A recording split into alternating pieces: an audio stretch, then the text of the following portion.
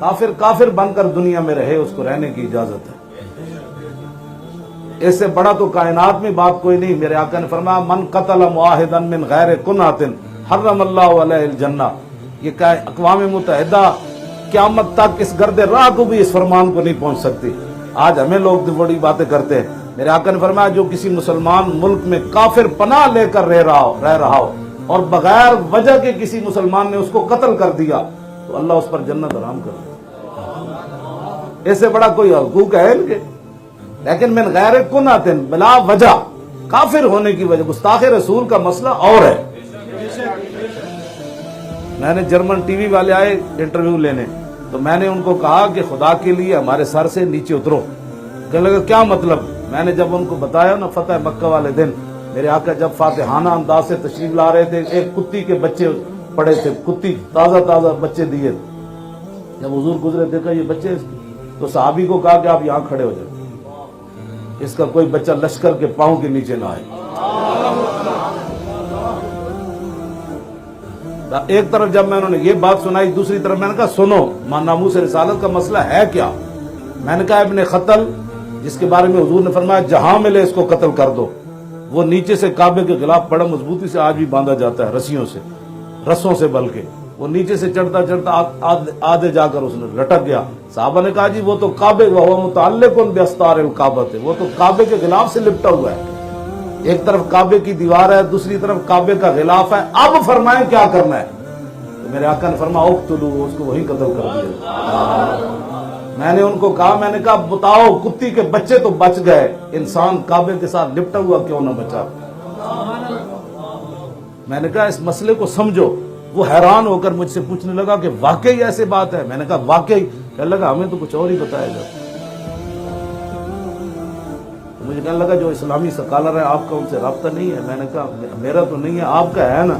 کہنے لگا ہاں۔ میں نے کہا وہ ہمارے سکالر نہیں ہے، وہ آپ کے، آپ تھے نا اس میں، یہ بھی تھے اس میں۔ میں نے کہا یہ غلط اسلام کی تم، میں نے کہا کہتا ہے ہم نے تو سنا ہے عیسائی کو یہاں بہت تنگ کیا جا رہا ہے۔ میں نے کہا ابھی گاڑی نکالتے ہیں یوحنا آباد چلتے ہیں، میری کرسی وہاں، میں پر گلیوں میں پھروں گا، کوئی ایک عیسائی بھی مجھے کچھ کہے گا تو پھر بات کروں، یا سارے عیسائیوں کو مسجد کے باہر لاؤ، کوئی مسلمان انہیں دیکھ کر پریشان نہیں ہو۔ میں نے کہا تم ناموس رسالت کے حساس مسئلے کو سمجھو، یہاں لاکھوں عیسائی عورتیں رہتی ہیں، کبھی کسی نے تھپڑ بھی نہیں مارا، مسلمانوں کے گھروں میں کام کرتی ہیں، مسلمان ان کی مدد کرتے، ان کی بچیوں کی شادیوں میں ان کو پیسے دیتے۔ میں نے کہا تم ناموس رسالت کے اندر آسیہ مسیح جو ہے اس کی جان چھوڑ دو، اس نے حضور کے بارے میں ایسی باتیں کی ہیں جو کوئی مسلمان اپنی زبان پر لا نہیں سکتا۔ میں نے کہا وہ تو ایک ہے، سارے دونوں جہان بھی برباد ہو جائے نا تو ناموس رسالت میں ان کی کوئی حیثیت نہیں ہے دونوں جہانوں کی۔ اس مسئلے کی حساسیت کو لوگ سمجھے نہیں، اور لوگوں نے فوراً کہہ دیا جی یہ ایسے نہیں تھا تو ایسے نہیں تھا۔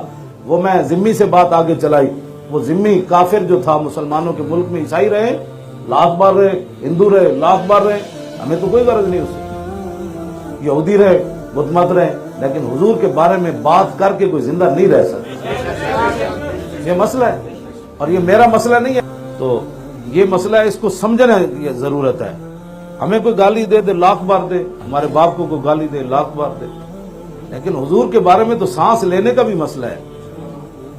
میدان حدیبیہ میں ایسے عروہ بن مسعود نے حضور کی مبارک داڑھی کی طرف ہاتھ کیے ایسے، اور بطور خوشامد کیے، دنیا میں بھی ہے داڑھی لوگ ہاتھ لا دیں گل مک جانے، ایسے اس نے کہا کہ جانے دیجیے صلح کر لے، ایسے کہا تو پیچھے بھتیجے کھڑے تھے مغیرہ بن شعبہ، ابھی چچا نے اسلام قبول نہیں کیا، تو بغیر حضور سے پوچھے چاچے کے ہاتھ پر تلوار کا دستہ مار دیا، اخر یدکان لحیت رسول اللہ واللہ تصل الیک، فرمایا چاچے اگرچہ تو خوشامد کر رہا ہے لیکن یہ انداز ہمیں بے ادبی کا نظر آ رہا ہے،